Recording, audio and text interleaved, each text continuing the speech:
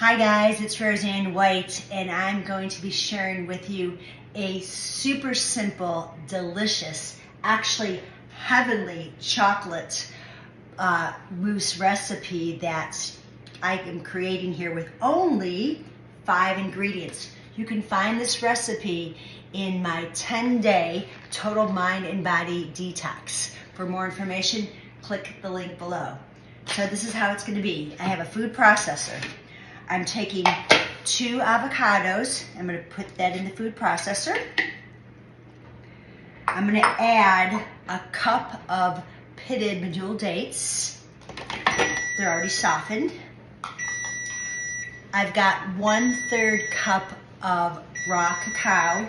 It's an amazing dark chocolate taste, but this is from the cacao bean, so it's very high in antioxidants. I'm going to put that in there. I'm adding about a 1/2 tablespoon of local mesquite honey. I'm not measuring, I'm just going to kind of squirt that in there. A pinch of salt, so some pink Himalayan salt, and then a 1/2 cup of water. So all you have to do is place all these ingredients in the food processor and blend well.